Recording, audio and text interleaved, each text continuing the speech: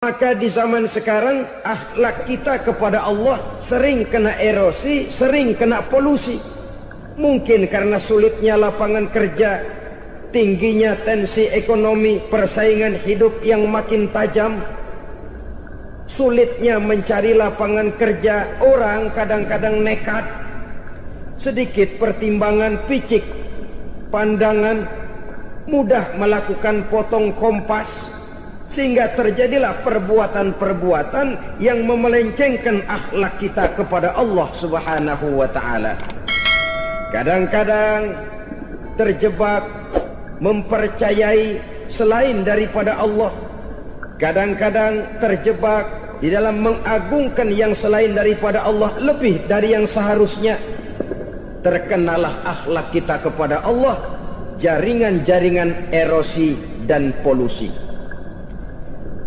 Kufur sebagai lawanan daripada tauhid merupakan sifat daripada orang yang tidak berakhlak kepada Allah. Bentuknya pertama bisa syirik. Syirik itu artinya meyakini ada Tuhan lain selain daripada Allah. Itu yang namanya syirik. Jadi percaya Tuhan ada, cuman Tuhannya kelebihan. Itu yang disebut syirik, dan itu merupakan cerminan dari akhlak yang rusak kepada Allah Subhanahu wa ta'ala. Berkeyakinan Tuhan lebih dari satu, berkeyakinan bahwa Tuhan itu beranak atau diperanakkan, atau mengagungkan sesuatu sama dengan Allah, atau menjadikan yang selain Allah sebagai tujuan akhir daripada perjalanan kehidupan ini, maka itu sudah terjebak kita dalam musyrik. Dan syirik satu dosa yang tidak berampun. Bahasa kasarnya, yang namanya syirik itu jenis bapak moyangnya dosa. Saudara-saudara, sebab itu saya pesan, kalau memang terpaksa, biasanya yang tinggal di kota-kota besar itu kalau tidak kepengen dosa kan susah.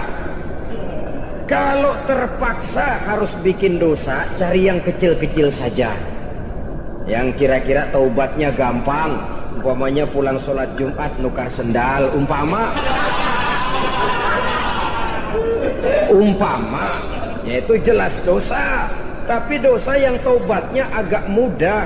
Jangan sampai terjebak ke dalam syirik, menyekutukan Allah. Kalau sudah menyekutukan Allah, Allah dimadu, murka benar Allah kepada kita. Innallaha la yaghfiru ayyushraka bih wa yaghfiru ma duna dzalika liman yasha. Allah tidak akan memberi ampun kepada orang yang menyekutukannya dengan sesuatu, tapi Allah mau mengampunkan dosa yang selain itu bagi orang yang dikehendakinya. Jadi orang-orang yang sudah terjebak syirik, menyekutukan Allah, meyakini ada Tuhan lain selain daripada Allah, meyakini Tuhan beranak atau diperanakkan, bagaimanapun baiknya mereka di dunia, bagaimanapun sosial jiwanya, bagaimanapun pemurah tangannya memberikan santunan dan pertolongan kepada orang lain, kalau sudah syirik, seluruh nilai kebaikannya akan tidak ada gunanya lagi. Karena tidak ada tempat nilai kebaikan itu bergantung. Sedangkan kita berbuat baik agar diterima oleh Allah. Kalau Allahnya marah kepada kita, siapa yang akan menerima nilai kebaikan itu sendiri? Ini bentuk yang pertama. Yang nyata-nyata menyembah berhala, syirik. Yang nyata-nyata beriktikad Tuhan lebih dari satu, syirik. Atau yang tersamar. Yang tersamar itu yang sering jadi penyakit kita. Saya sejak ada perkutut ini di rumah, perkutut. Saudara-saudara, yang merusak akhlak kepada Allah, yang merusak tauhid setelah syirik, bisa juga berbentuk nifak. Nifak itu sifatnya, orang yang punya sifat nifak disebut munafik. Asal katanya dari nafakun. Nafakun itu satu lubang yang punya dua muka, seperti goa, ada tempat masuk, ada tempat keluar. Maka munafik orang yang punya dua muka. Kalau bahasa kita, pandai bermain minyak di atas air. Manis jika berhadapan, balik belakang lain bicara. Sehingga apa yang dinamakan nifak, kata Imam Ali Al-Jurjani dalam kitab ta'rifatnya, izharul imanu bil lisan wa kitmanul kufri bil qalbi. Menyatakan, menampakkan iman dengan lidahnya, tapi menyembunyikan kekafiran dalam hatinya. Dengan kata lain, lidahnya mah iman, hatinya mah kafir. Padahal hati itu yang dilihat, padahal hati itu yang dinilai. Kenapa lidahnya mengaku iman? Ya mungkin karena kepepet, mungkin karena kepentingan, mungkin karena ingin mencari kelemahan orang, lalu dia pura-pura beriman. Tapi sesungguhnya hatinya kufur. Ini merupakan penyakit munafik. Dan terus terang, menghadapi orang munafik jauh lebih berat daripada menghadapi orang kafir. Kenapa? Munafik ini kan musuh dalam selimut. Mau dibilang musuh nyata-nyata, apalagi di zaman Rasul ya, ketika periode Madinah, berat sekali menghadapi orang munafik. Mau dibilang kafir, kalau ketemu assalamualaikumnya medok juga. Mau dibilang mukmin, di belakang ngegerundel, nyari-nyari penyakit, nyari-nyari lantaran, mencari-cari gara-gara. Kalau kafir jelas kafirnya, kalau musyrik jelas musyriknya. Tapi munafik, di depan kita dia mengaku beriman, di belakang kita dia caci maki kita. Maka demikian rupa watak orang munafik Allah benci betul. Sampai dalam Quran orang munafik itu divonis innal munafiqin fid darkil asfal minan nar. Orang-orang munafik di dasar jurang neraka yang paling bawah, keraknya neraka. Saudara-saudara kaum muslimin rahimakumullah. Sebab munafik sangat berbahaya. Membahayakan umat, membahayakan agama. Di depan kita mereka ngaku pura-pura beriman. Kalau pidato luar biasa, memuji agama setinggi langit, menampakkan seolah-olah dia orang yang dekat dengan agama. Saudara-saudara, agama penting, agama mutlak. Tapi yang ngomong begitu agamanya apa? Remeng-remeng. Cuma sekedar lipstick, cuma sekedar dekorasi, cuma sekedar kamuflase buat ngibuli orang lain. Dia mengaku beragama, mengatakan agama mutlak, menganggap agama penting, seolah-olah memperhatikan benar tentang tatanan kehidupan beragama, tapi sebenarnya di hatinya tidak lebih berkecamuk penyakit-penyakit kufur. Maka sifat munafik ini termasuk menodai tauhid. Artinya merusak akhlak kita kepada Allah Subhanahu wa ta'ala. Sifat yang ketiga yang juga merusak akhlak kita kepada Allah dinamakan riddah. Riddah itu sifatnya, orang yang punya sifat riddah disebut murtad. Murtad keluar dari Islam. Keluar dari Islam tentu tadinya di dalam Islam. Oleh satu perbuatan dia bisa menjadi murtad. Misalnya tadinya dia iman benar kepada Allah, tapi melarat. Kadang-kadang sehari masak, 3 hari libur. Akhirnya oleh kesulitan ekonomi dia tidak kuat. Ada yang menawarkan kebaikan, dibawain supermi, dibawain obat-obatan, diberikan beras. Goyah imannya. Keluar dia dari Islam, ikut agama orang yang memberikan pertolongan kepadanya, memilih kesenangan sebentar dengan mengorbankan kebahagiaan yang kekal. Maka orang semacam itu riddah sifatnya, murtad orangnya, keluar dari Islam. Dan yang menyebabkan kita murtad bukan cuma orang nyata-nyata memproklamirkan diri keluar dari Islam lalu mengikuti agama orang lain. Bukan cuma itu. Mengakui ada Rasul lagi sesudah Nabi Muhammad bisa menyebabkan kita murtad. Mengingkari nikmat Allah bisa menyebabkan kita murtad. Meyakini semua agama benar bisa menyebabkan orang menjadi murtad. Meragukan kesempurnaan dan kelengkapan Al-Quran bisa menyebabkan orang jadi murtad. Mengingkari sunnah bisa menyebabkan orang menjadi murtad. Banyak hal-hal yang bisa mendatangkan penyakit riddah dan membuat pelakunya menjadi murtad. Dan ini menodai akhlak kita kepada Allah Subhanahu wa ta'ala. Itu tadi kufur iman, saudara-saudara. Nyata-nyata mengingkari Allah, baik dalam bentuk syirik, nifak, ataupun riddah. Kufur yang kedua dinamakan kufur nikmat. Apa itu kufur nikmat? Sitru nikmatil mun'im au ya'malu fi mukhalafatil mun'im. Menutup-nutup nikmat Allah, atau melakukan perbuatan yang menentang, bertentangan dengan kehendak yang memberikan nikmat. Jadi kufur nikmat pertama, nutup-nutupin Tuhan. Tuhan jalingin. Duit lu banyak amat, dari mana? Gua kerja. Lalu kerjanya nomor satu. Orang yang berakhlak kepada Allah, dia akan menjawab, kamu uangnya kok banyak, dari mana? Rizki dari Allah. Caranya, saya kerja. Kerja itu cara, rizki itu dari Allah datangnya. Bukankah di zaman sekarang kita sering terpeleset? Ini merupakan cerminan dari rapuhnya akhlak kita kepada Allah Subhanahu wa ta'ala. Karena usaha saya memang, karena saya peras keringat banting tulang, tentu. Tapi sadarkah kita bahwa sepanjang yang bisa kita lakukan cuma berusaha, peras keringat banting tulang? Soal rizki, soal jodoh, soal maut, kitakah yang mengatur? Kitakah yang menentukan? Subhanallah. Manusia sungguh tidak berdaya menghadapi tiga hal paling pokok ini. Rezeki, kita cuma bekerja. Kitakah yang menentukan? Tidak. Kita berusaha saja, rezeki belum pasti dapat. Apalagi kalau kita tidak berusaha. Jangan terjebak dalam fatalisme. Belum perang udah nyerah. Emang dasar rezeki datangnya dari Tuhan, gak usah kerja, dan ntar juga kalau dia datang. Dari mana datangnya? Kerja saja belum tentu dapat rezeki, apalagi kalau tidak kerja. Yang jelas usaha perlu kepastian, itu urusan Allah. Ini akhlak kepada Allah Subhanahu wa ta'ala.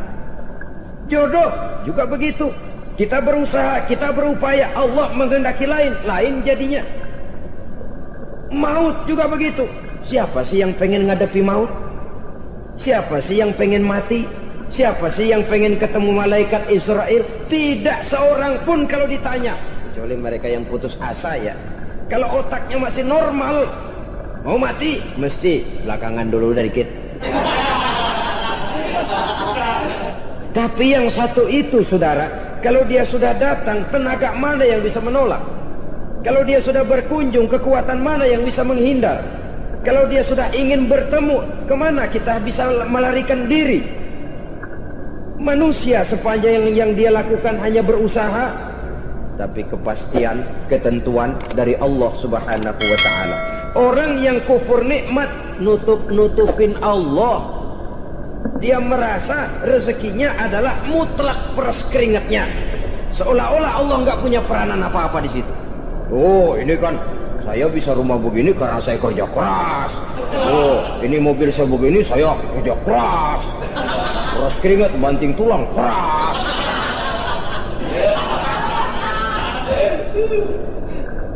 Saudara-saudara kaum muslimin rahimahkumullah. Jadi menutup-nutupi Allah. Akibatnya nanti kalau dia berhasil, Allah ketutupan. Kalau dia gagal, orang lain dicaci maki, dicari kambing hitam. Yang kambing hitam kan mahal. Karena orang sering cari-cari kambing hitam. Jarang orang mau jujur kalau bertemu kesulitan lalu mencari sebab pada dirinya sendiri. Yang paling enak ya nyalain orang. Lo begitu.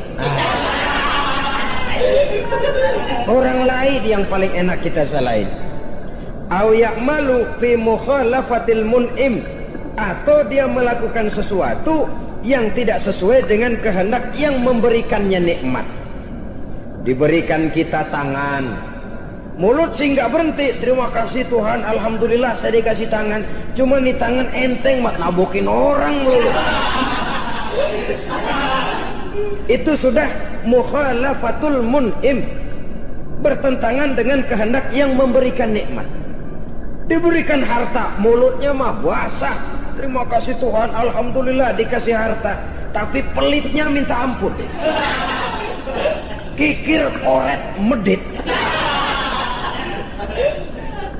Ini juga termasuk kufur nikmat, mempergunakan suatu nikmat bertentangan dengan kehendak daripada yang memberikan nikmat itu sendiri. Saudara-saudara kaum muslimin rahimakumullah, oleh karenanya kufur iman memang lebih bahaya daripada kufur nikmat. Tapi jangan lupa, kufur nikmat bisa menyeret orang kepada kufur iman. Dan kalau Allah udah dialingin, Tuhan sudah dinomor duain, lama-lama kenapa dia tidak mendewakan dirinya sendiri, mendewakan pangkatnya, mendewa-dewakan otaknya, mendewa-dewakan kemampuannya? Pada awalnya dia memang cuma kufur nikmat, tapi lambat laun kalau ini tidak diobati, secara pasti orang akan mengarah kepada kufur iman. Bisa berbentuk syirik, bisa berbentuk nifak, bisa berbentuk riddah. Saudara-saudara, oleh karena itu menjaga akhlak kepada Allah mutlak penting. Sebab apa? Kita tidak berakhlak kepada manusia saja, kita dikucilkan dari pergaulan. Kalau kita tidak berakhlak kepada Allah, dikucilkan oleh Allah. Hadis qudsi menyatakan, man lam yashkur ala na'ma'i wa lam yasbir ala bala'i falyakhruj min tahtis sama'i falyatlub rabban siwaya. Kata Allah, siapa orang yang tidak mau bersyukur terhadap nikmat yang aku berikan kepadanya dan tidak mau sabar terhadap ujian yang aku berikan kepadanya, falyakhruj min tahtis sama'i, persilahkan saja keluar dari kolong langitku, waliyatlub rabban siwaya, tolong cari Tuhan lain selain daripada aku. Murka Allah, diusir, cuman gak kedengeran aja. Siapa yang tidak mau syukur terhadap nikmatku, siapa yang tidak mau sabar terhadap ujian yang aku berikan kepadanya, persilahkan keluar dari kolong langitku ini, cari Tuhan lain selain aku. Langit Tuhan yang punya, Tuhan kita lawan, diusir dari kolong langit, mau pindah ke kolong mana?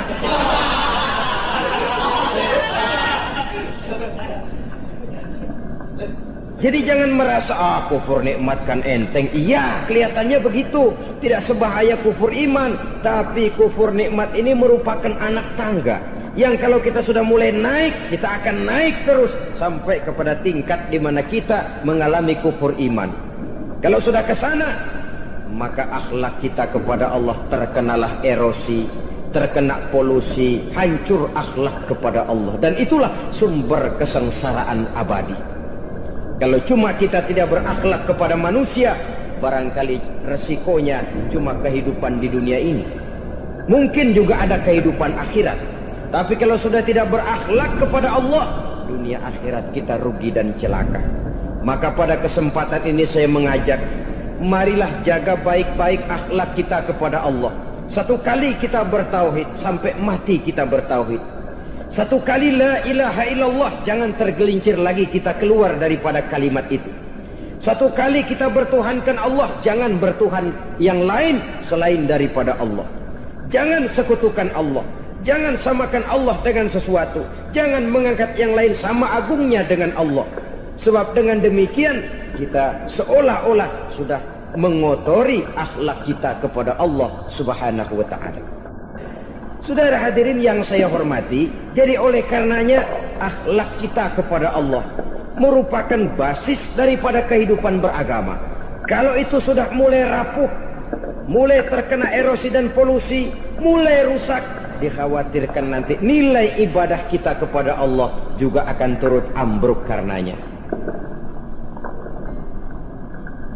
Saudara-saudara kaum muslimin rahimakumullah, tugas yang kedua, memperbaiki akhlak manusia kepada sesama manusia. Kita tahu Islam sesuai dengan namanya adalah agama damai. maka akhlak manusia kepada sesama manusia menempati porsi yang penting dalam kehidupan beragama. Bagaimana seorang muslim bergaul, bertata krama terhadap sesama manusia. Mari kita lihat lebih jauh persoalannya. Untuk memudahkan pembicaraan dari kacamata agama, kita kelompokkan saja manusia itu dalam dua. Pertama yang seiman dan yang kedua yang tidak seiman.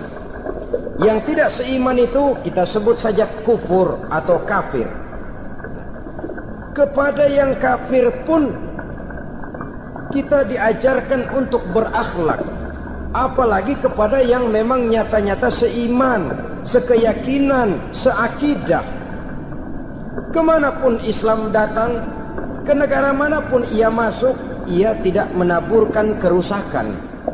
Jadi tidak benar kalau orang pernah itu menggambarkan, saking sentimennya seorang orientalis pernah menggambarkan Nabi Muhammad di tangan kirinya Quran, di tangan kanannya pedang. Menggambarkan seolah-olah Islam dikembangkan dengan kekerasan. Sebenarnya tidak sama sekali. Kalaupun dalam sejarah perkembangan Islam pernah terjadi perang, maka perang dalam Islam sesungguhnya, apabila kita amati sejarahnya, bukan untuk memaksakan agama. Karena memang agama tidak bisa dipaksakan. Tetapi justru untuk mempertahankan agama dari segala macam hambatan, rintangan, hinaan, dan fitnahan. Tapi kemanapun yang jelas Islam masuk, dia tidak pernah membuat kekacauan, kerusuhan, ataupun penghancuran. Candi Prambanan bahkan dipugar, gereja-gereja tidak ada yang dihancurkan oleh umat Islam. Kenapa? Islam agama damai. Soal agama, soal lakum dinukum waliyadin, la ikraha fid din, qad tabayyana ar-rusydu minal ghayy. Tidak ada paksaan dalam beragama, sebab nyata yang benar dengan yang tidak benar. Belum pernah ada orang kafir masuk ke perkampungan orang Islam lalu dikejar-kejar, diteriakin kafir, kafir, sunatin.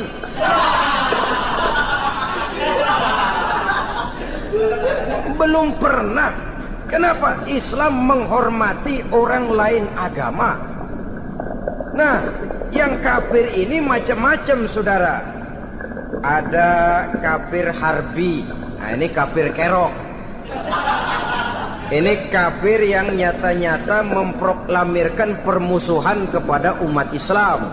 Nyata-nyata mengganggu ketenangan umat Islam. Kafir yang seperti ini yang boleh diperangi. Misalnya kita mau sembahyang Jumat dijagain. Gak boleh sembahyang Jumat, getok palanya. Kafir harbi artinya tantangan perang datang dari mereka, bukan kita yang mulai. Mereka yang buka front. Prinsipnya umat Islam tidak boleh mencari-cari musuh, tapi pun tidak boleh lari kalau ketemu musuh. Musuh jangan dicari, ketemu jangan lari. Karena itu kesan seolah-olah umat Islam ini teroris, umat Islam ini destroyer, umat Islam ini sering menimbulkan keonaran, kerusakan. Sungguh satu fitnahan yang sangat keji. Umat Islam adalah umat yang cinta damai. Islam di masa perkembangannya masuki Eropa melalui Selat Gibraltar, Jabal Tariq, memasuki Spanyol. Islam tidak pernah meruntuhkan gereja. Islam tidak pernah membunuh orang-orang Nasrani. Bahkan Islam mewariskan peradaban dan kebudayaan yang begitu tinggi nilainya di bidang ilmu pengetahuan. Sampai ketika itu Barat banyak mengkaji ilmu pengetahuan dari dunia Islam. Buku-buku berbahasa Arab diterjemahkan ke bahasa Yunani, dipelajari oleh para cendekiawan di negeri Barat sana. Mereka mengambil manfaat yang banyak dari masuknya Islam ke Eropa. Sementara gereja tetap berdiri dengan megahnya. Kuil-kuil tempat peribadatan tidak satupun yang diusik-usik. Kenapa? Islam agama yang cinta damai. Asal dia tidak diganggu, asal kehormatannya tidak dihinakan. Jadi kafir harbi, kafir yang nyata-nyata nantang perang, ngajak berkelahi. Itu kafir yang nyari penyakit. Kafir harbi ini boleh diperangi dengan catatan mereka yang memang mulai. Yang kedua kafir zimmi. Kafir zimmi, kafir yang hidup di tengah mayoritas muslim, tapi mereka mau hidup dengan aman, damai, tenang. Mereka wajib dilindungi. Bahkan Nabi pernah memberikan satu jaminan, man aza zimmiyan faqad azani. Siapa yang mengganggu orang kafir zimmi sama saja dengan mengganggu saya. Kehormatannya dijaga, harta bendanya dilindungi, anak istrinya pun dilindungi. Dan ini jadi kenyataan. Saudara bisa lihat di negara-negara yang mayoritas penduduknya beragama Islam, orang-orang kafir di luar Islam hidup dengan tenang, aman, damai. Di Saudi Arabia, di luar tanah haram, di luar Mekah dan Madinah, banyak orang-orang kafir mencari nafkah. Mereka tenang, aman, dilindungi undang-undang. Begitu di Mesir, begitu di negara Indonesia yang berdasarkan Pancasila ini. Kehidupan beragama menimbulkan gairah, rukun, tenang, aman, damai, sepanjang tidak saling ganggu, tidak saling usik, menghargai orang yang sudah beragama, tidak menjadikan penganut suatu agama sebagai sasaran dari dakwah agama lainnya. Saudara-saudara kaum muslimin rahimakumullah. Jadi memang oleh Al-Quran kita dianjurkan asyidda 'alal kuffar ruhama bainahum. Tegas kepada orang kafir, kasih sayang kepada sesama muslim. Tapi tegas bukanlah berarti marah-marahan, bukan berarti musuh-musuhan, bukan ngajaki perang. Tegas dalam arti punya garis tentang kehidupan beragama, lakum dinukum waliyadin. Soal kehidupan sosial, mari kerjasama. Bangun jalan, ayo rame-rame. Siskamling, mari bebarengan. Bikin puskesmas, mari sama-sama. Tapi kalau sudah soal agama, itu tidak perlu ada toleransi agama. Yang perlu toleransi antar umat beragama. Kalau umatnya mau kerjasama silakan, tapi tidak menyangkut soal ibadah. Jangan kerjasama di bidang ibadah. Itu kerjasama yang salah pasang, saudara-saudara. Sehingga dengan demikian toleransi adalah menyangkut kehidupan antar umat beragama. Sedangkan agama sendiri punya kapling yang nyata. Sehingga dengan demikian tegas kepada orang kafir dalam arti kita punya satu kepribadian. Tidak ngambang. Enggak, lalu kalau ditanya orang, sebenarnya agama lu apa sih? Gua mah gimana musimnya aja. Agama pakai musim kayak rambutan. Akhirnya ya begitu, musim-musiman. Ke masjid kelihatan, ke gereja hayo, ke candi nongol, ke apa? Bingung malaikat bagaimana nyatetnya nih bocah ini. Di mana aja ada. Kita punya satu kepribadian. Saya muslim dan garis saya ini, lakum dinukum waliyadin. Bagi Tuhan persilakan agama Tuhan, bagi kami agama kami. Kami hormati Tuhan, Tuhan hormat kepada kami. Tapi soal agama, kaplingnya jelas. Kerjasama, mari urusan muamalah, bidang sosial. Yuk kita siskamling sama-sama dengan orang lain agama. Mari jaga kerukunan, kesatuan, persatuan, kekompakan. Perbaiki jalan yang rusak, mari sama-sama. Mendandani jembatan yang runtuh, mari sama-sama. Tapi sembahyang, kaplingnya lain-lain. Sebab Nabi juga dulu pernah ditawarkan begitu loh sama kafir jahiliyah dulu, Quraisy itu. Sudah Muhammad, sekarang begini saja, kita join aja daripada marah-marahan. Hari ini saya oke, menyembah Tuhanmu Allah. Besok gantian kamu menyembah Tuhan kita, Latta, Uzza, Manat dan Hubal. Turun, qul ya ayyuhal kafirun la a'budu ma ta'budun. Soal ibadah kaplingnya jelas, tidak boleh dicampur adukkan. Sebab kalau tidak, kita akan mulai kehilangan identitas diri. Dan disitulah krisis kehidupan keyakinan beragama dimulai. Dari krisis identitas. Hujan gede kan mulainya gerimis dulu. Di mana-mana ya gerimis dulu. Gerimis makin lama makin gede. Kita akan mulai dengan kehilangan identitas diri. Dari sana nanti kita malu mengakui keislaman kita. Kalau orang Islam malu mengakui keislamannya, ini kan ironi, menyedihkan.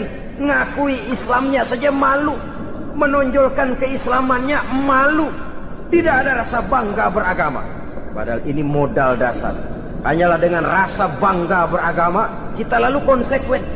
Bangga yang tidak konsekuen, wah pokoknya kan gua kan Islam, agamanya yang paling benar, tapi hidupnya sendiri jauh dari tuntunan Islam. Itu bangga yang tidak beralasan, bangga yang tidak perlu dibanggakan sebenarnya. Kebanggaan yang membuat kita konsekuen dan dekat dengan kehidupan beragama.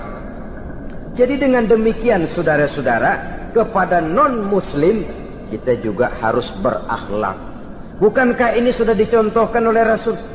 Bagaimana beliau disambiti orang di Taif, yang menyambiti malah didoakan. Bagaimana Suraqah mau membunuh beliau, malah Suraqah didoakan. Bagaimana Abu Jahal dan Abu Lahab saking mangkalnya. Ini Abu Jahal pernah gali lubang di kamarnya sendiri, di depan tempat tidurnya. Setelah dia gali lubang, ditutupin pakai keraras korma. Lalu dia tarik selimut, belagak meriang. Dia pesan pesuruhnya, bilangin Muhammad kencangnya meriang. Pamannya sakit, minta ditengokin. Nabi dengan segala husnuzonnya berangkat nengokin.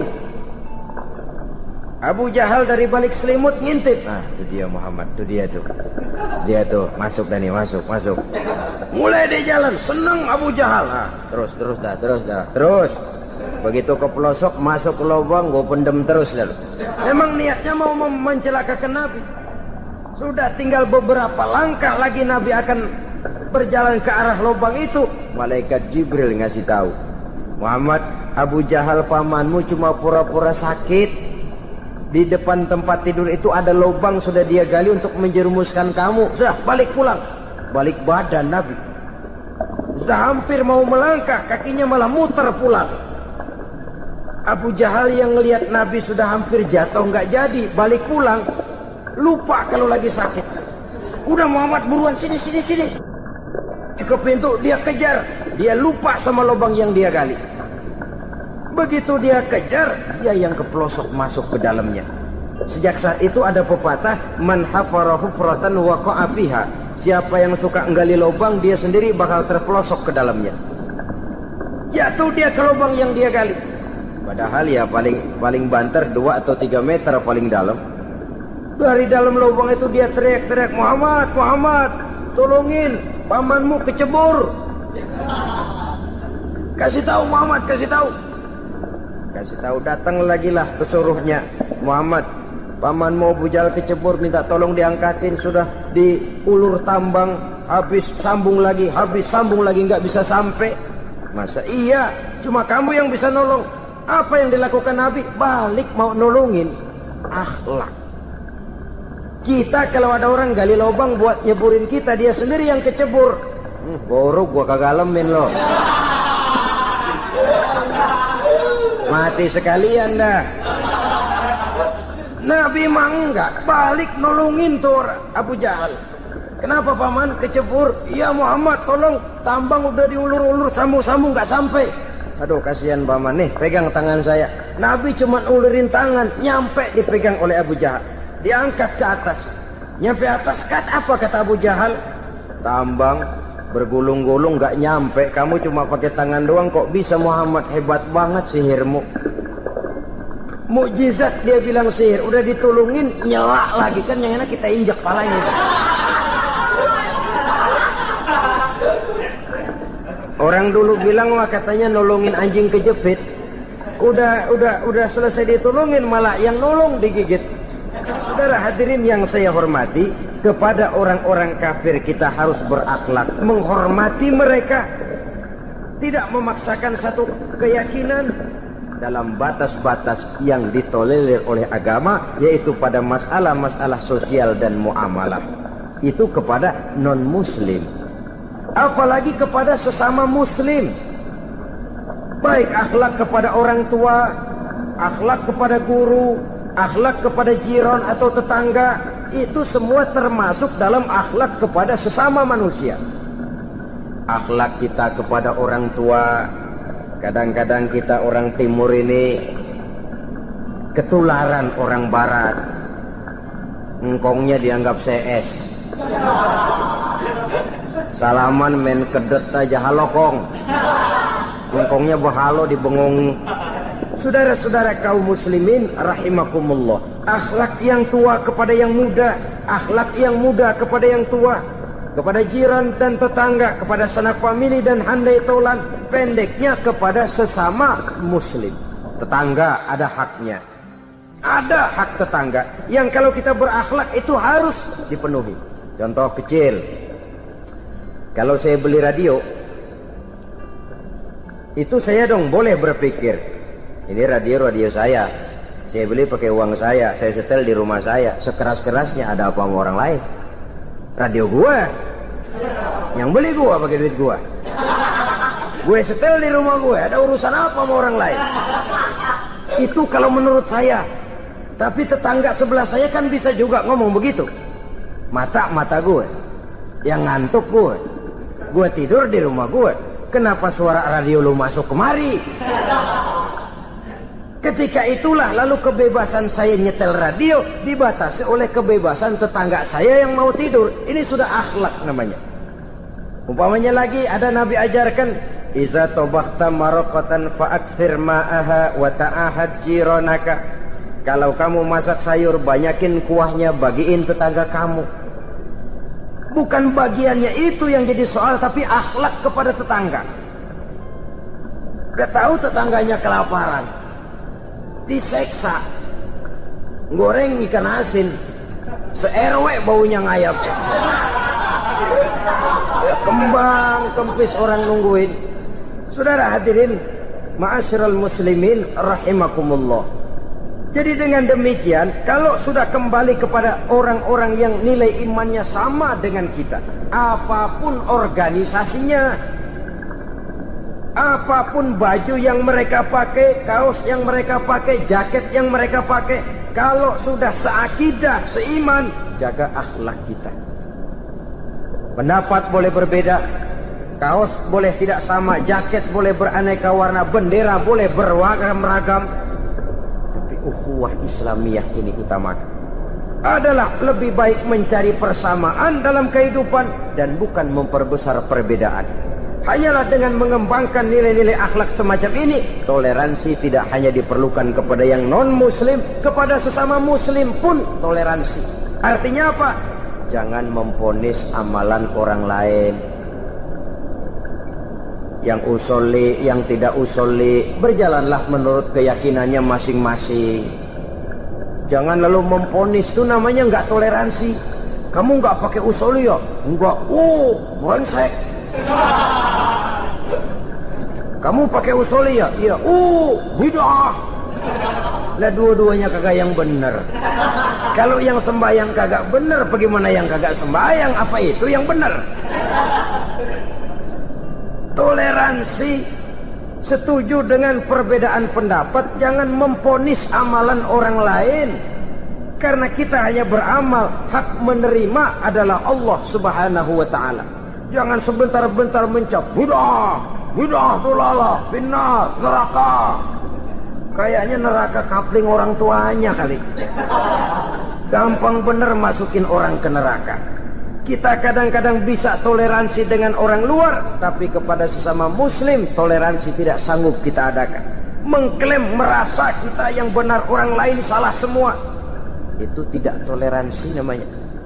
Mentang-mentang jadi ustadz, nih satu-satunya ustadz di sini ya, semuanya mesti ngaji kemari. Kalau nggak ngaji kemari, Islamnya kurang tapi benar. Toleransi.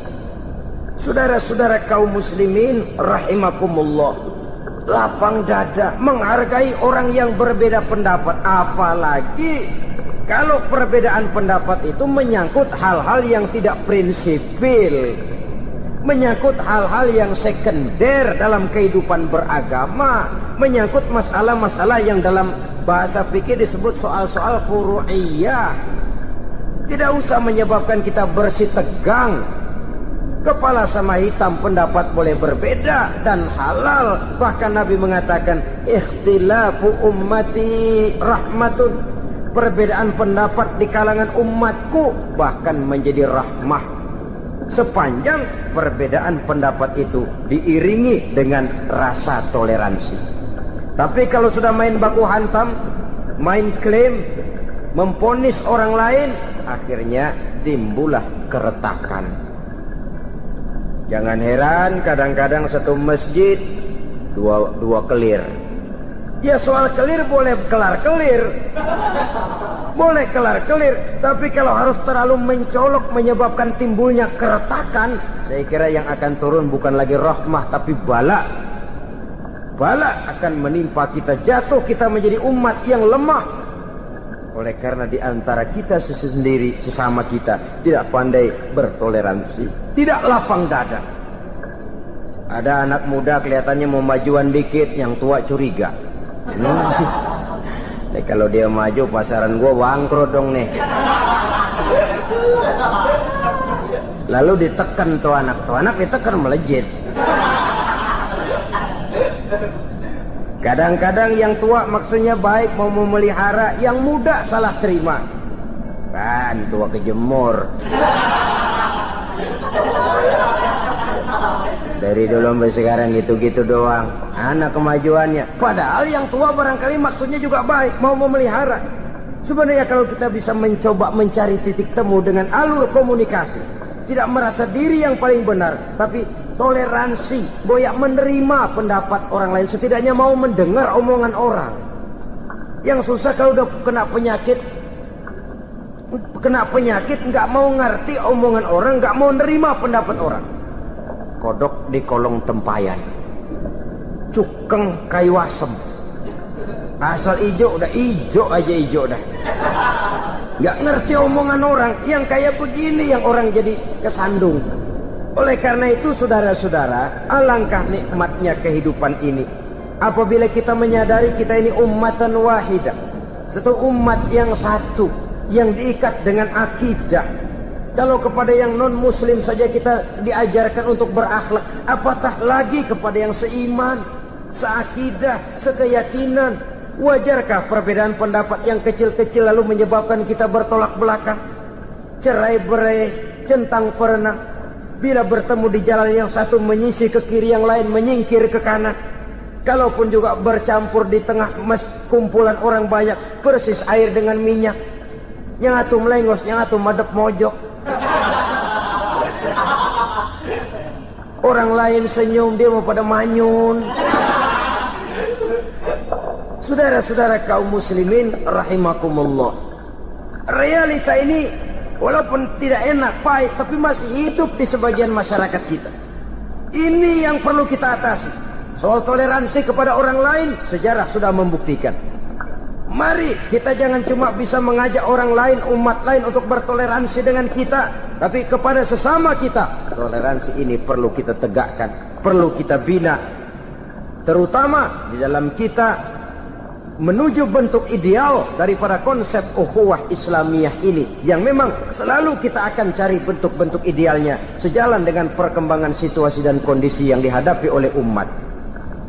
Perbedaan organisasi, perbedaan kepentingan organisasi tidak seharusnya menyebabkan kita merasa meremehkan orang lain dan mengangkat diri, mengklaim diri sebagai yang ter. Jadi dengan demikian, apabila yang pertama tadi akhlak kepada Allah dinamakan hablum minallah, maka yang kedua ini merupakan hablum minan nas. Jikalau baik akhlak kita kepada Allah, baik akhlak kita kepada manusia, nikmat rasanya menjalani kehidupan. Kadang-kadang orang akhlaknya kepada manusia baik, tapi kepada Allah tidak baik. Hormat sama yang tua, menyayangi yang muda, sama tetangga rukun, tapi sama Tuhan nggak mau sujud. Ini baik kepada manusia, tapi tidak berakhlak kepada Allah. Atau sebaliknya, sujudnya sama Allah mah tekun, bener khusyuk, bahasanya juga fasih, luar biasa. Tapi sama manusia sombong, takabur, ujub, merasanya dia doang yang paling benar. Sebab iblis itu ya itu kadang-kadang datang lewat hati dan memang selalu markasnya di situ. Kalau dia tidak bisa menggoda kita dengan yang lain, dia tumbuhkan sifat ujub. Dia bisikin, wah, memang di kampung ini yang paling banyak ibadahnya ente. Yang lain mana, lihat tuh kerocok semua. Di dalam kehidupan kita sebagai seorang muslim, minimal 5 kali dalam sehari semalam kita mendengar seruan untuk mendirikan solat yang disebut azan. Ada kalimat menarik di dalam kalimat azan itu, yakni seruan hayya 'alal falah, marilah menuju kepada keberuntungan, marilah meraih kemenangan. Seruan ini adalah kecenderungan dari setiap manusia, apapun warna kulitnya. Artinya, setiap orang dalam hidup selalu ingin meraih dan mencari kemenangan. Kemenangan akan melahirkan kepuasan batin, dan kepuasan batin memberikan kebahagiaan. Sedangkan kekalahan melahirkan penderitaan batin, dan penderitaan batin menjerumuskan seseorang di dalam berbagai bentuk kerugian. Jikalau inilah seruan azan, maka masalahnya ialah apa yang menyebabkan kita meraih kemenangan. Al-Quranul Karim memberikan tuntunan dan ajaran kepada kita bahwa orang-orang yang memperoleh kemenangan itu tidak lain adalah orang-orang yang bertakwa. Hanyalah mereka yang bertakwa kepada Allah Subhanahu wa ta'ala pada akhirnya akan tampil sebagai pemenang. Lalu siapa orang yang bertakwa itu? Dijelaskan dalam awal-awal Al-Baqarah, orang yang bertakwa yang akan meraih kemenangan.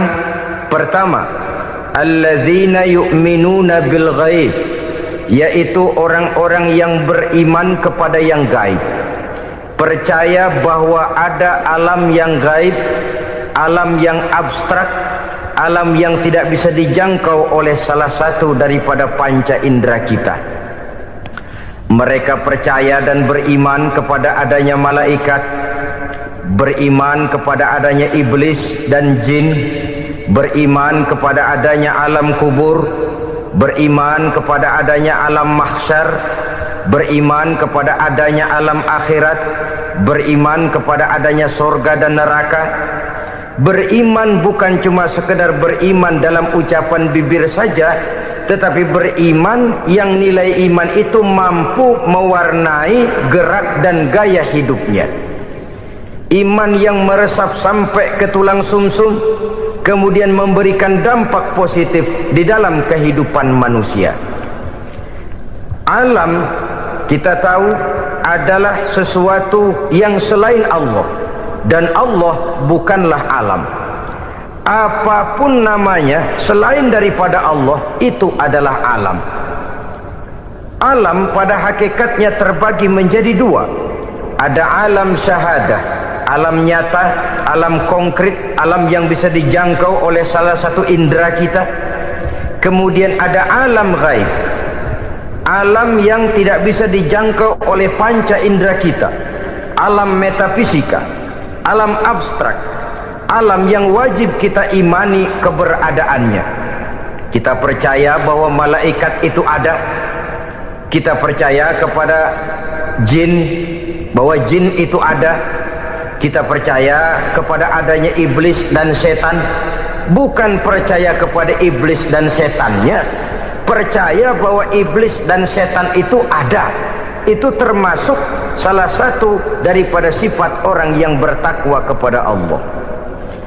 Saudara-saudara kaum muslimin rahimakumullah, kecenderungan pembangunan yang lebih bersifat materialistis biasanya menggeser aspek kehidupan rohani. Orang berpikir empiri, dan dalam pola pikir yang demikian maka alam gaib tidak lagi mendapat perhatian. Aspek kehidupan yang bersifat rohaniah malah mulai ditinggalkan. Akibatnya terjadilah kepincangan di dalam kehidupan kita. Pernah ada satu pengalaman pribadi dalam perjalanan kembali ke tanah air. Dalam pesawat di sebelah kanan saya duduklah seorang Jerman namanya Heiner Simonsen. Iseng saya ajak kenalan, saya ajak ngobrol, saya tanya dia. Saya bilang, Mas Heiner ini, kalau pesawat yang kita tumpangi ini jatuh ke bawah, kira-kira apa yang bakal terjadi, Mas? Dia bilang, kita semua akan mati. Begitu? Iya. Oke. Apa itu mati? Tanya saya. Dia bilang, untuk tahu apa itu mati, kita harus tahu lebih dahulu apa itu hidup. Saya pikir nih bule bisa ngomong juga. Baiklah, kata saya. Apa hidup menurut Anda itu? Oh, hidup itu dia bilang, kalau seluruh anggota badan kita bekerja secara normal, paru-paru memompa darah secara normal, jantung berdetak secara normal, sel-sel tubuh bekerja secara fit, dan organisme tubuh hanya mau bekerja secara normal, dia bilang, kalau kita memberi makan yang cukup, menu yang teratur, dan gizi yang lengkap. Saya bilang, kesimpulannya apa, Ner? Dia jawab, hidup adalah dari tangan ke mulut. Life is from the hand to the mouth, kata dia. Hidup adalah dari tangan ke mulut. Jadi masalah hidup tidak lebih daripada masalah isi perut. Orang pergi pagi, pulang sore, peras keringat, banting tulang, perut yang dibelain. Saya bilang, you are wrong. Sampean salah, Ner.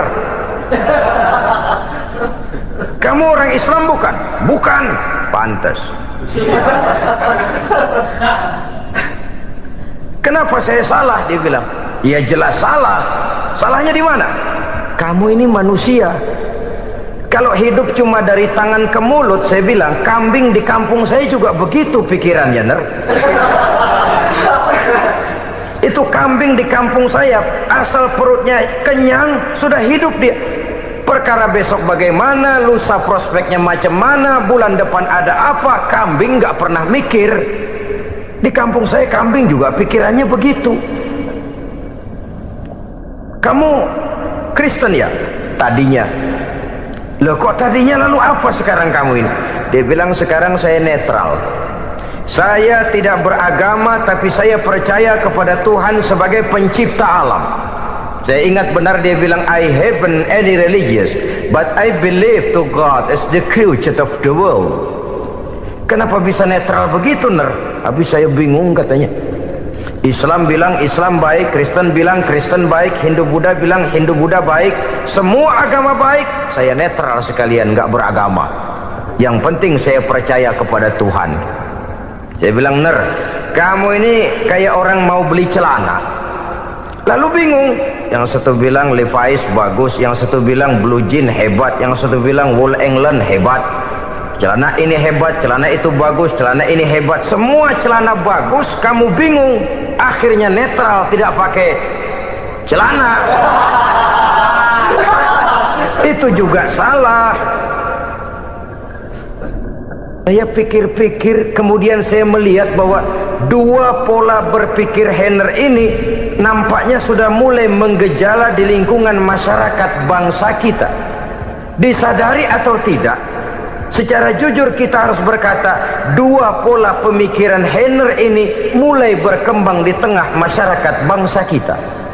Pertama, pola pikir materialisme.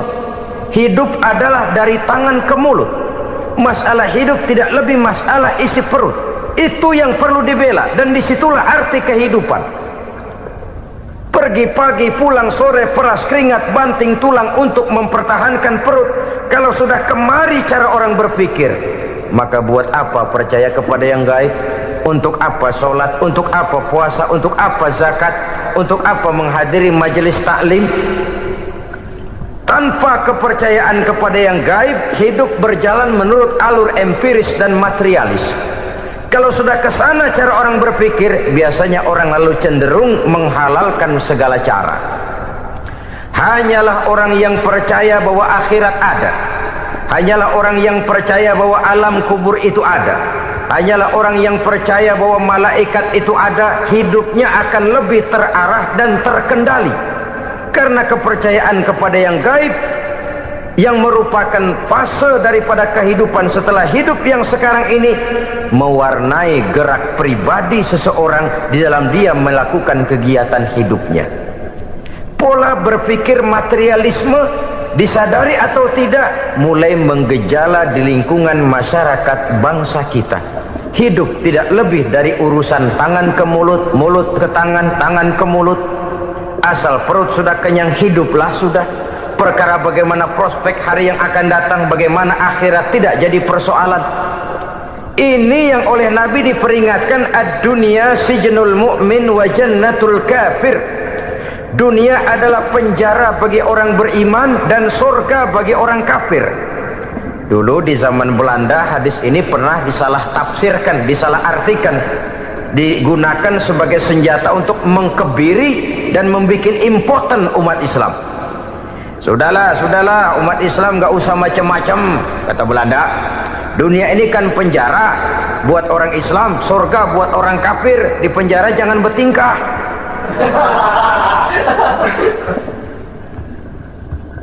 Pengertiannya tidak begitu. Dunia adalah penjara bagi orang mukmin. Artinya dalam kehidupan dunia seorang mukmin tidak bebas memperturutkan hawa nafsunya. Di penjara hawa nafsunya. Sebaliknya surga bagi orang-orang kafir. Buat orang kafir surgalah dunia ini. Mereka bebas memperturutkan hawa nafsunya, dilarang tidak terlarang, dicegah pun tidak tercegah. Mereka hidup menurut alur bisikan nafsu mereka sendiri. Kemudian bila ajal datang, maut merenggut nyawa, selesailah surganya sampai di situ. Maka bagi orang-orang yang tidak percaya kepada adanya akhirat, kepada adanya alam gaib, surganya sebatas umurnya. Sekali lagi, surganya sebatas umurnya. Bila umur selesai, ajal pun datang merenggut nyawa, selesailah sudah surganya sampai di situ. Alangkah pendeknya perjalanan orang-orang yang tidak percaya kepada alam gaib ini. Bagi kita mukmin, jikalau kita mampu memenjarakan hawa nafsu, kita bisa bahagia di dunia ini. Dan Islam memang tidak menyuruh kita sengsara di dunia.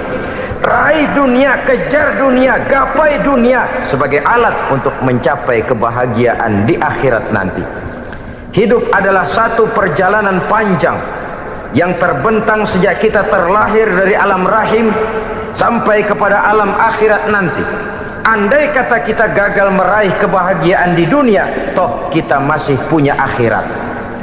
Tapi jangan jadi dalil yang melemahkan semangat. Biarin dah kita di dunia kebelangsak, yang penting akhirat. Akhirnya dunia benar-benar kebelangsak.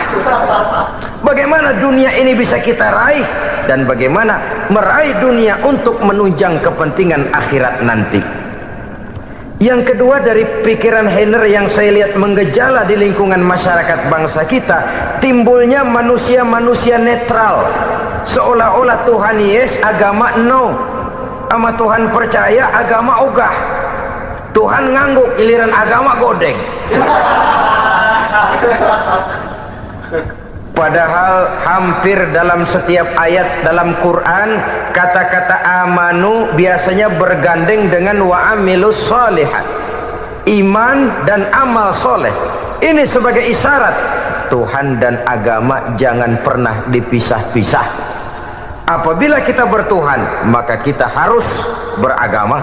Apabila kita beragama, maka agama itu harus bersumberkan dari Tuhan yang kita imani itu.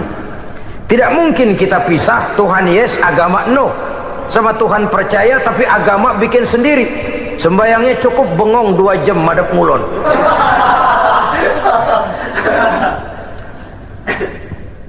Saudara-saudara kaum muslimin rahimakumullah. Jadi dengan demikian, agama yang kita akui merupakan unsur mutlak di dalam pembangunan sekarang ini, merupakan bagian dari kehidupan yang menuntun kita bahwa di balik alam nyata ini, di balik alam syahadah ini ada alam gaib. dan mudabbir, merabbi, yang mengatur, yang menguasai, yang memelihara, baik dia alam nyata, baik dia alam gaib, tidak lain adalah Allah Subhanahu wa ta'ala. Di sana ada satu super power, satu maha kekuatan yang kita perlu bersandar kepadanya. Sebagai makhluk nyata yang hidup di alam nyata, berbuatlah secara nyata sebagaimana harusnya kita berbuat. Karena Islam jelas bukan agamanya orang pemalas. Islam jelas bukan agamanya orang yang mengajarkan setelah selesai sholat boleh duduk nggelenggem ayam-ayam ndelohom, menghitung bintang di langit sambil menunggu keajaiban. Tidak. Islam adalah agama yang mengajarkan apabila sholat sudah selesai kamu kerjakan, bertebaranlah di permukaan bumi, cari karunia Tuhanmu.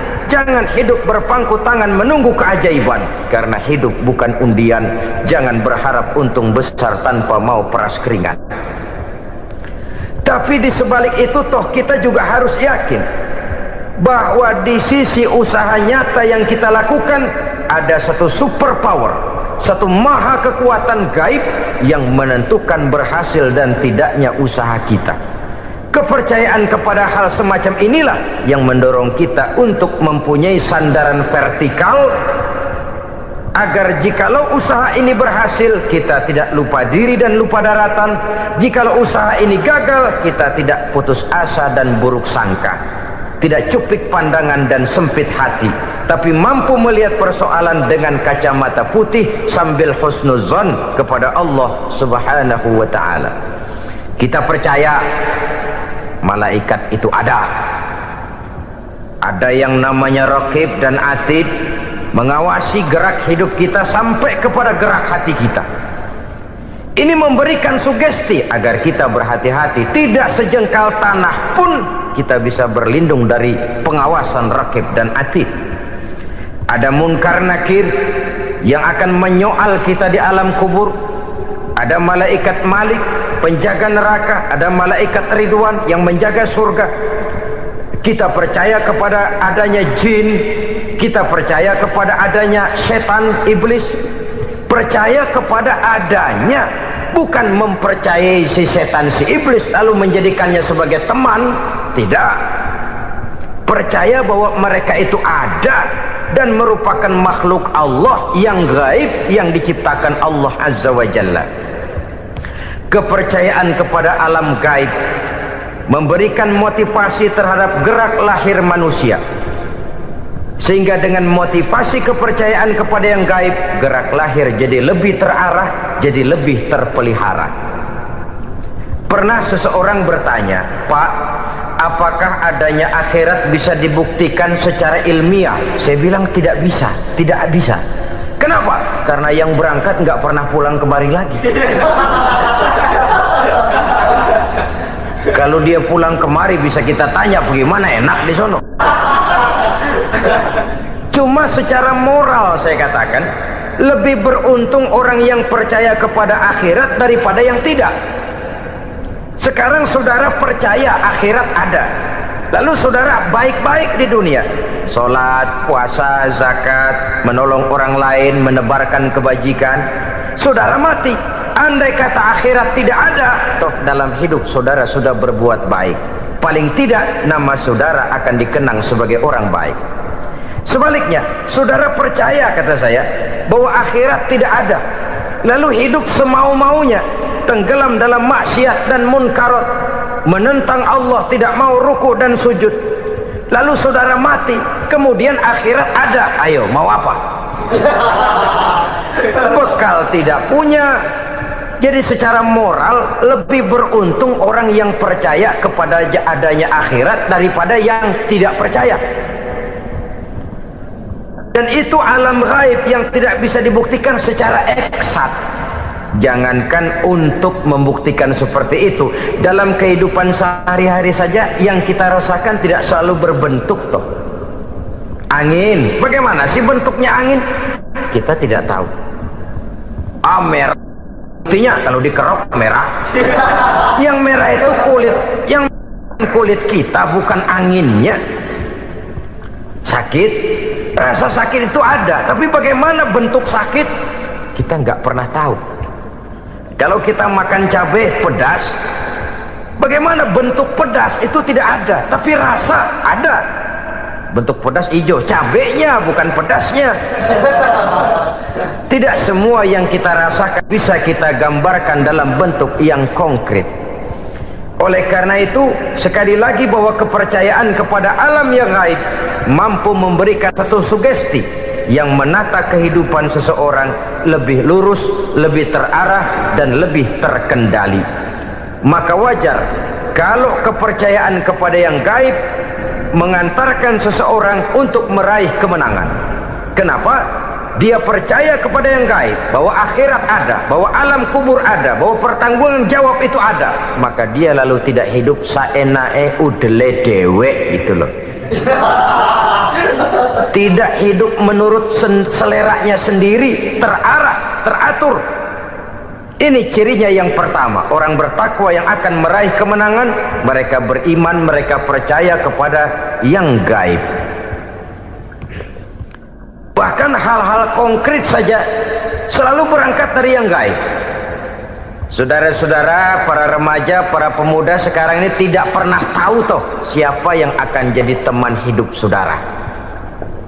Kita bisa saja ngerancang, mentargetkan, tapi toh akhirnya yang namanya jodoh bukan kekuasaan kita. Rezeki di luar kemampuan kita. Begitu juga ajal, maut, jodoh, ajal adalah contoh-contoh konkret bahwa pada akhirnya yang gaiblah yang menentukan. Bertahun-tahun ngelancong, emang jodoh seret nggak jadi.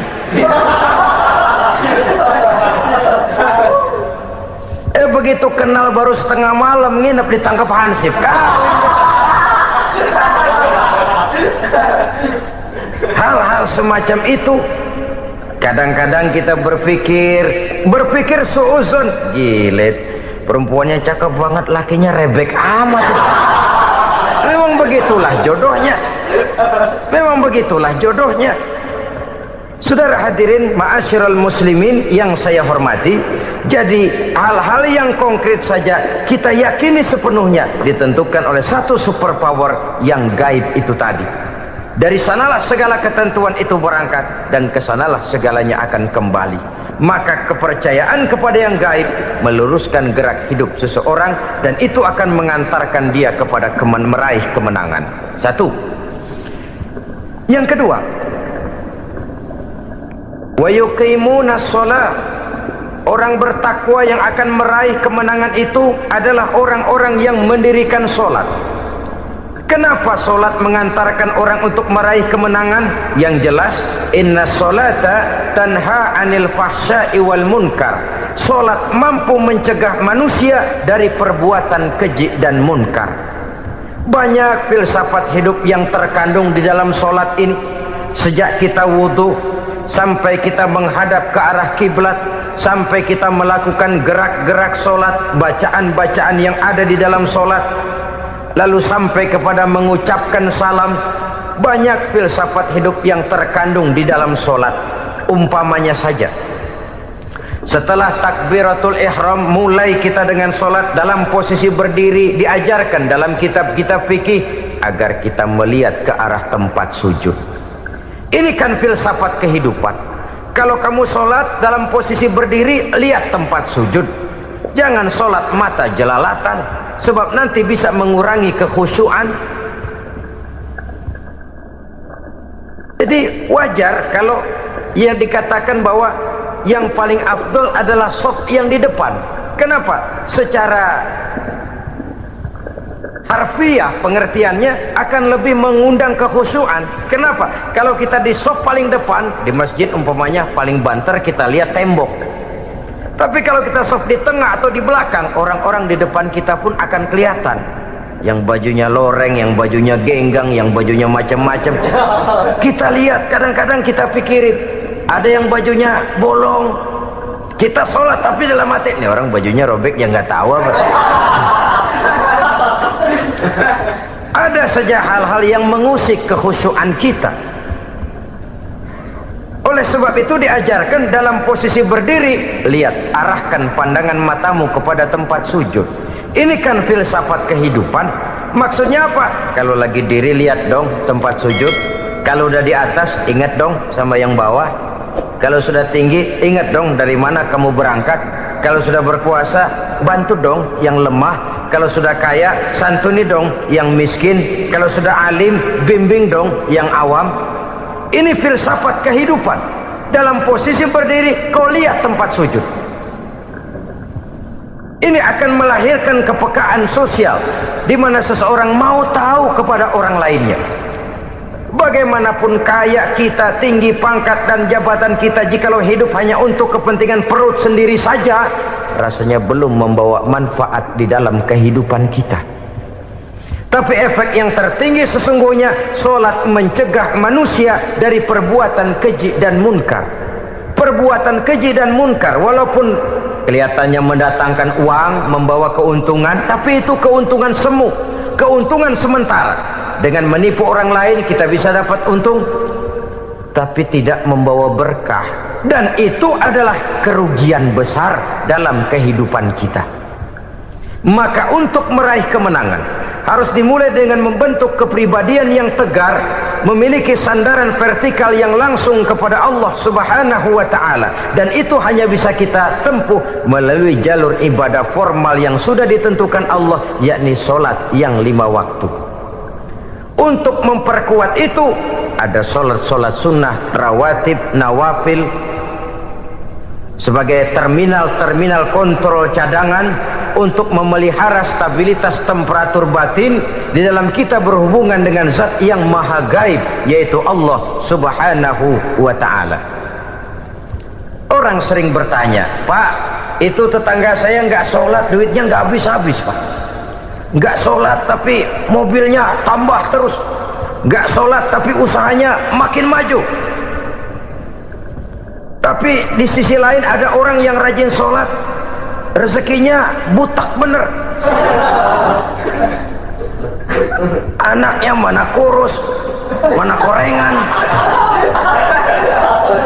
Saudara hadirin ma'asyiral muslimin rahimakumullah, harus saya katakan bahwa solat memang bukan untuk cari duit. Solat adalah sandaran vertikal kita kepada Allah. Sedangkan soal rezeki itu berkaitan dengan sifat Allah maha pengasih dan maha penyayang. Allah maha pengasih, siapapun dikasih kalau mau usaha. Allah maha penyayang, tidak semua orang disayang oleh Allah Azza wa Jalla. Dan belum tentu banyak harta itu merupakan nikmat. Mungkin juga istidraj.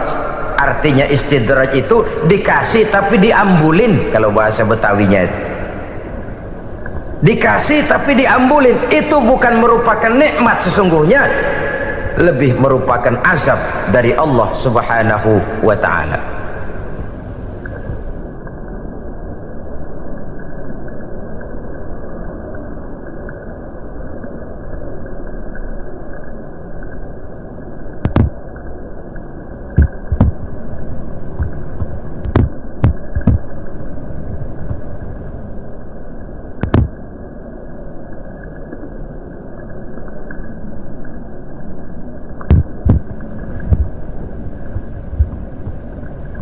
Agama mempunyai sistem solat, dan kita umat Islam telah dituntun oleh Allah Subhanahu wa ta'ala yang wajibnya 5 kali dalam sehari semalam mendirikan solat, dan itu tentu berada dalam jangkauan kemampuan manusia.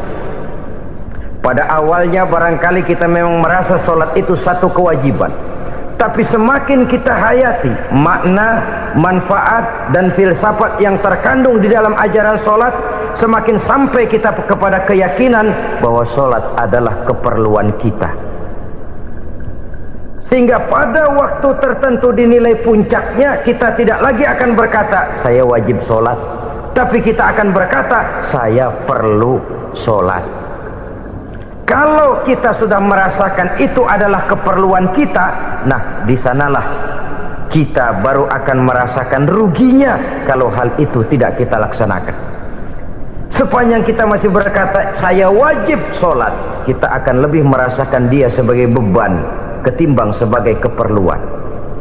Yang jelas Allah tidak memerlukan ibadah yang kita laksanakan ini. Dengan kata lain, andai kata satu dunia penuh ini orang tidak ada yang sholat satu pun, Allah tidak akan turun dari jabatan Tuhan. Jangan lalu berpikir kalau kita ngambek se-RW kagak sembahyang Tuhan tekor kali ini ya. Tentu tidak. Itu perlunya kita, bukan perlunya Allah. Dan pada induknya kita akan berkata saya perlu agama. Kalau secara induk kita sudah memerlukan agama, maka konsep-konsep yang ada di dalam ajaran agama itu pun adalah juga merupakan keperluan kita. Baik dia bernama sholat, baik dia bernama puasa, baik dia bernama zakat, baik dia bernama haji, seluruhnya adalah keperluan kita. Dan sesuatu yang kita perlukan apabila tidak kita laksanakan akan melahirkan kerugian di dalam kehidupan. Jangan heran kalau kita membaca riwayat perjalanan hidup para salafus soleh, orang-orang soleh. Ada yang tahajud sampai 100 rakaat, ada yang sholat malam kakinya sampai bengkak. Kita sekalinya bengkak biri-biri. Ada yang sholat membaca surah dalam Al-Quran sampai khotam Quran. Kok mau? Mereka sudah merasakan itu keperluan. Itu saja soalnya. Satu saat pun jikalau kita merasa bahwa itu keperluan saya, kita pun akan melaksanakan seperti itu. Keperluan saya dalam kehidupan. Inilah yang kedua. Yang ketiga, orang bertakwa yang akan meraih kemenangan itu, wa mimma razaqnahum yunfikun. Mereka membelanjakan sebagian daripada rezeki yang diberikan Allah kepada mereka. Mereka infakkan di jalan Allah. Ada satu dialog menarik. Satu hari seorang anak muda bertemu dengan seorang kakek-kakek yang sudah dikenalnya baik. Bertanyalah anak muda ini, "Kek, umur kakek berapa tahun?" 15 tahun, kata si kakek. "Anak kakek berapa orang?" 1. "Harta kakek berapa banyak?" 15 juta. Si anak muda ini bengong, lalu protes, "Kok kakek bohongin saya?" "Kenapa?" "Saya tahu umur kakek 70 tahun. Kenapa ngaku 15? Saya tahu anak kakek 5. Kenapa bilang 1? Saya tahu kakek miliuner, miliaran uang kakek. Kenapa ngaku cuma 15 juta? Begini, kata si kakek tadi. Benar, umur saya 70 tahun. Tapi dari umur yang 70 tahun itu baru 15 tahun terakhir ini saya merasakan ibadah kepada Allah. Meninggalkan maksiat, jauh dari segala macam munkarat. Maka yang 15 tahun inilah yang benar-benar saya rasakan sebagai umur saya. Benar anak saya 5, tapi yang 4 susah diatur. Cuman 1 rasanya nih yang bakal jadi si buah hati belahan jantung pelanjut cerita penerus sejarah. Cuma 1 ini yang saya harapkan, yang akan jadi anak soleh, yang akan membuat saya menerima pensiunan pahala. Kalau yang 4 apek dah, nggak ada harapan. Yang 1 nyekek botol mulu. Oh begitu, iya. Lalu kenapa kakek bilang harta kakek cuma 15 juta padahal saya tahu kakek uangnya miliaran, depositonya banyak? Ya karena 15 juta itulah yang saya ingat yang pernah saya belanjakan di jalan Allah. Saya merasa itulah harta saya yang sebenarnya. Yang miliaran yang saya simpan di bank kelak kalau saya satu saat saya mati akan jadi rebutan di antara anak-anak saya. Iya kalau anak saya soleh kayak yang 1 ini. Kalau yang 4 tadi udah tulen dia bakal berantem dah berebut tuh. Jadi 15 juta yang saya belanjakan di jalan Allah inilah yang saya merasakan benar-benar harta saya yang sesungguhnya. Dialog ini patut menjadi bahan renungan kita bersama. Diberikan kita umur 40, 50, 60, 70, 80. Berapa tahun dari umur yang diberikan itu yang jalan mulus, yang kita gunakan untuk melaksanakan ibadah? Banyak harta kita simpan di bank, di lemari, di dompet, di tas. Tapi berapa yang sudah kita depositokan di jalan Allah yang akan menemani kita di hari kita kembali nanti? Maka orang bertakwa yang akan meraih kemenangan, wa mimma razaqnahum yunfikun, mereka membelanjakan sebagian dari rezeki yang diberikan Allah di jalan Allah subhanahu wa ta'ala. Ma'asyiral muslimin rahimakumullah, zahirnya memang kita memberikan kepada orang lain, tapi hakikatnya kita menyimpan untuk diri kita sendiri. Kita memberikan kepada yatim piatu 25.000. Zahirnya kita memberikan si yatim, hakikatnya kan kita cuma nyimpan. Saya berikan, titip kepadamu, ini untuk saya di akhirat. Kau boleh belikan baju, kau boleh belikan untukmu makan, kau boleh bayarkan sekolahmu. Ini untuk saya. Hakikatnya kita nyumbang masjid 1 juta, zahirnya kita berikan kepada panitia masjid, tapi hakikatnya kan cuma titip 1 juta ya, untuk saya di alam kubur nanti. Silahkan kau boleh belikan semen, ini uang, belikan besi, belikan pasir. Saya cuma sekedar titip untuk kepentingan saya. Hakikatnya kita cuma sekedar menitip. Sebagaimanapun pada hakikatnya, apapun yang kita miliki dalam kehidupan kan cuma sekedar hak guna pakai, bukan hak milik mutlak. Harta kita, rumah kita, kendaraan kita, kebun kita, pabrik kita, hak guna pakai saja.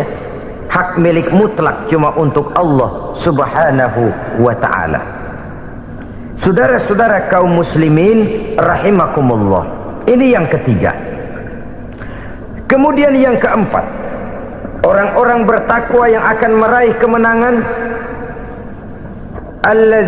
allazina yu'minuna bima unzila ilaika, mereka yang beriman, mereka yang percaya kepada apa yang telah diturunkan kepadamu Muhammad, ay Al-Quran, yakni Al-Quranul Karim. Setelah percaya kepada yang gaib, mendirikan solat, kemudian menginfakkan sebagian dari rezeki yang diberikan Allah, mereka juga lalu percaya kepada yang diturunkan terhadap Nabi, yaitu tidak lain Al-Quranul Karim. Sekali lagi di sini, percaya bukan hanya sekedar percaya saja, tetapi percaya lalu menjadikan Al-Quran itu sebagai pedoman hidup. Sebab memang Al-Quran itu adalah GBHM, garis-garis besar haluan muslim. Apa yang harus kita lakukan, apa yang harus tidak kita lakukan, bagaimana mestinya kita bertingkah laku dan berbuat, seluruhnya tercantum di dalam Al-Quranul Karim. Itu sebabnya ketika satu hari Aisyah ditanya bagaimana akhlak Rasul, beliau menjawab, kana Rasulullah sallallahu alaihi wasallam khuluquhul Quran. Akhlak daripada Rasulullah tidak lain adalah Al-Quran. Jawaban simpel ini memberikan gambaran bahwa keseluruhan daripada konsepsi Quran sudah diterjemahkan dalam kehidupan Rasulullah sallallahu alaihi wasallam. Karena kita tahu akhlak adalah keseluruhan dari gerak hidup manusia, sejak ia berpribadi, berumah tangga, bertetangga, bermasyarakat, sampai kepada berbangsa dan bernegara. Al-Quran tetap memberikan sentuhan nilainya. Oleh karenanya, orang-orang yang bertakwa adalah orang-orang yang menjadikan Al-Quran sebagai pedoman dalam kehidupannya. Dan kita yakini Al-Quran diturunkan kepada Nabi Muhammad bukan merupakan produk Nabi Muhammad. Isi dan redaksinya langsung dari Allah subhanahu wa ta'ala. Kemudian cirinya yang kelima, orang bertakwa yang akan meraih kemenangan itu, wa ma unzila min qablika. Tidak hanya sekedar percaya kepada yang diturunkan terhadap Nabi Muhammad, yaitu Al-Quran, mereka juga percaya kepada apa yang pernah diturunkan kepada para nabi, kepada para rasul sebelum Nabi Muhammad. percaya kepada adanya suhuf, percaya kepada adanya Taurat, percaya kepada adanya Injil, percaya bahwa Allah dahulunya sudah menurunkan Taurat kepada Musa, percaya bahwa Allah sudah menurunkan Injil kepada Isa, percaya Injil ada, Taurat ada, diturunkan Allah untuk Isa dan Musa, tetapi tidak wajib mengamalkannya karena kita sudah diberikan Al-Quranul Karim. Ini yang perlu saya garis bawahi. Kita percaya Allah telah menurunkan Injil dahulu kepada Isa. Kita percaya bahwa Allah telah menurunkan Taurat dahulunya kepada Nabi Musa. Kadang-kadang ini dijadikan dalih, dikacaukan pengertiannya. Quran saja mengajarkan bahwa orang yang bertakwa harus percaya kepada Injil, maka pakailah Injil. Apalagi kalau ayat sebelumnya ditilap, dihapus, dihilangkan, Injilnya yang ditekankan, maka akan terjadilah penekanan yang salah arah. Karena salah arah akhirnya bisa merusak dan menghancurkan akidah. Ketika Rasul suatu saat pernah ditanya orang, "Ya Rasul, bagaimana sikap kita sebagai muslim terhadap Injil yang ada sekarang?" Beliau menjawab, "La tukadzibuhu jami'an wa la tusaddiquhu jami'an." Jangan didustakan seluruhnya, jangan juga dibenarkan semuanya. Artinya, ini sudah merupakan gambaran dari Rasul bahwa dalam Injil yang ada sekarang masih ada ajaran-ajaran tauhid yang dibawa oleh Nabi Isa dan diajarkan kepada umatnya. Tapi juga dalam Injil yang sekarang ini sudah terkena intervensi dan investasi manusiawi. Karena itu Rasul menyimpulkan, la tukadzibuhu jami'an wa la tusaddiquhu jami'an. Jangan didustakan semua, jangan dibenarkan seluruhnya. Kita memang percaya Allah telah menurunkan Injil kepada Nabi Isa dulu, tapi kita tidak wajib mengamalkan Injil. Kita percaya Allah telah menurunkan Taurat kepada Nabi Musa, tapi kita tidak wajib mengamalkan kitab ajaran Taurat. Yang wajib kita percayai dan kita amalkan hanyalah Al-Quranul Karim. Kenapa? Oleh karena baik yang ada di dalam Taurat, baik yang ada di dalam Injil, tentu tercakup di dalam Al-Quran sebagai kitab terakhir yang diturunkan oleh Allah Subhanahu wa Ta'ala. Dan itu wajar. Kalau seorang pejabat mau mengeluarkan satu keputusan baru, tentu dia harus meninjau keputusan-keputusan lama. Andai kata dianggap tidak berlaku, dianggap tidak relevan lagi, maka keputusan-keputusan lama itu tentu sudah dianggap tidak berlaku. Sebagian daripada aturan-aturan dalam keputusan lama yang masih dianggap relevan tercantum dalam keputusan baru yang wajib diamalkan. Begitulah hubungannya antara Al-Quran, Taurat, Zabur, dan Injil. 4 kitab samawi yang diturunkan Allah masing-masing kepada Zabur untuk Nabi Daud, Taurat untuk Nabi Musa, dan Injil untuk Nabi Isa alaihi wassalatu wassalam. Ketiga-tiga kitab itu kita percayai adanya. Kita yakini Allah telah menurunkan Zabur, Taurat, dan Injil, tapi kita tidak wajib mengamalkannya. Yang wajib kita mengamalkannya sekarang ini tidak lain hanyalah Al-Quranul Karim saja, karena ia mencakup apa yang ada di dalam Zabur, apa yang ada di dalam Taurat, dan apa yang ada di dalam Injil. Keotentikannya bisa dipertanggungjawabkan. Ya, tapi kan Nabi Muhammad sudah mati 14 abad yang lalu, dan di zaman beliau Al-Quran kan belum dikodifikasikan, belum ditulis. Bagaimana keotentikannya bisa dipertanggungjawabkan? Mudah saja.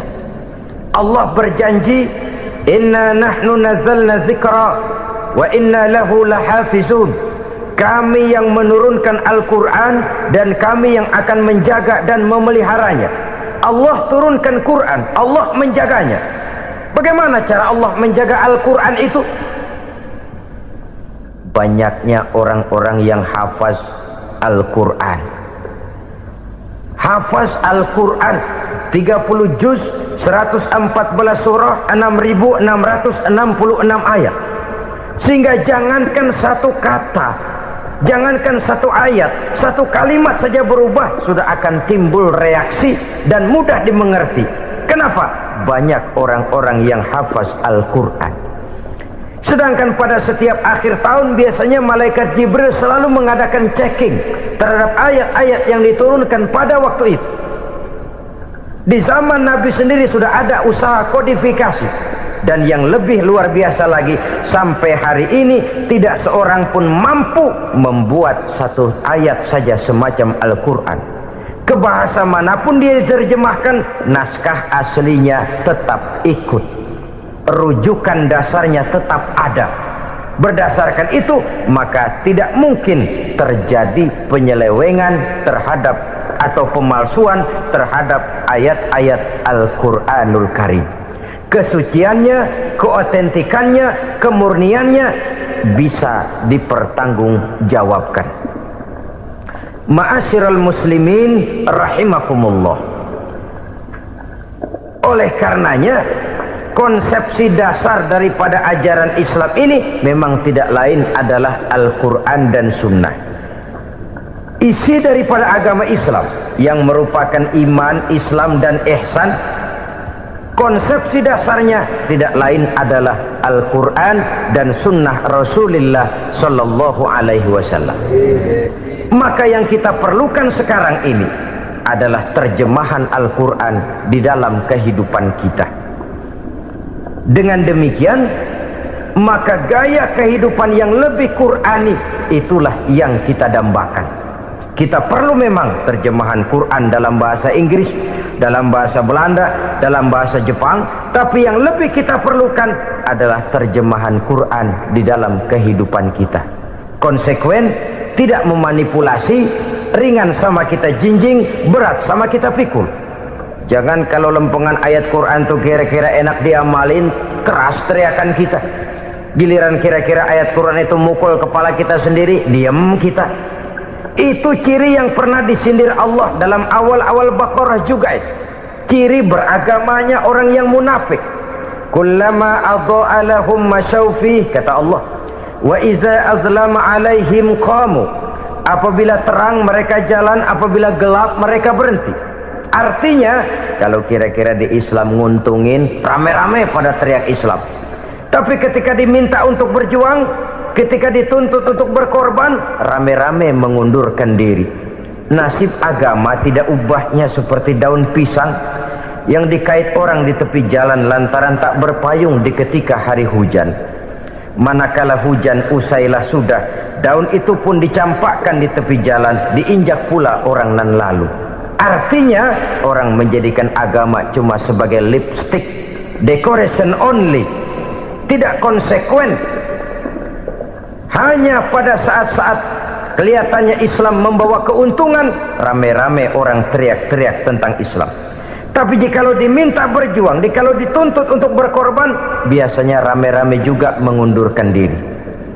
Jangan heran kalau mayoritas hitungan kita, tapi minoritas peranan kita. Kuantitas kita dalam jumlah, tapi dalam kualitas kita lebih sering jadi penonton daripada jadi pemain. Padahal itu sangat tidak boleh terjadi. Umat Islam di Indonesia harus bangkit. Umat Islam di Indonesia harus sadar akan keberadaannya. Tidak boleh hanya jadi penonton berpangku tangan, karena memang agama kita juga mengajarkan untuk konsekuen di dalam menjabarkan ajaran-ajaran daripada agama kita.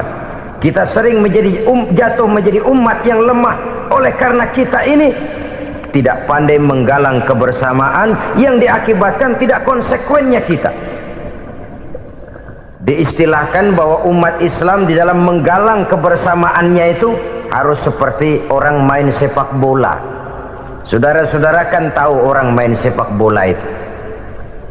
Orang main sepak bola, kalau pertandingan belum dimulai sih silakan saja kumpul di luar lapangan, atur strategi yang baik. Tapi kalau pertandingan sudah dimulai, turun ke lapangan hijau, jangan kumpul terus. Ada sepak bola gotong royong. mundur rame-rame, depan ke depan kumpul melulu mainnya. Kalah.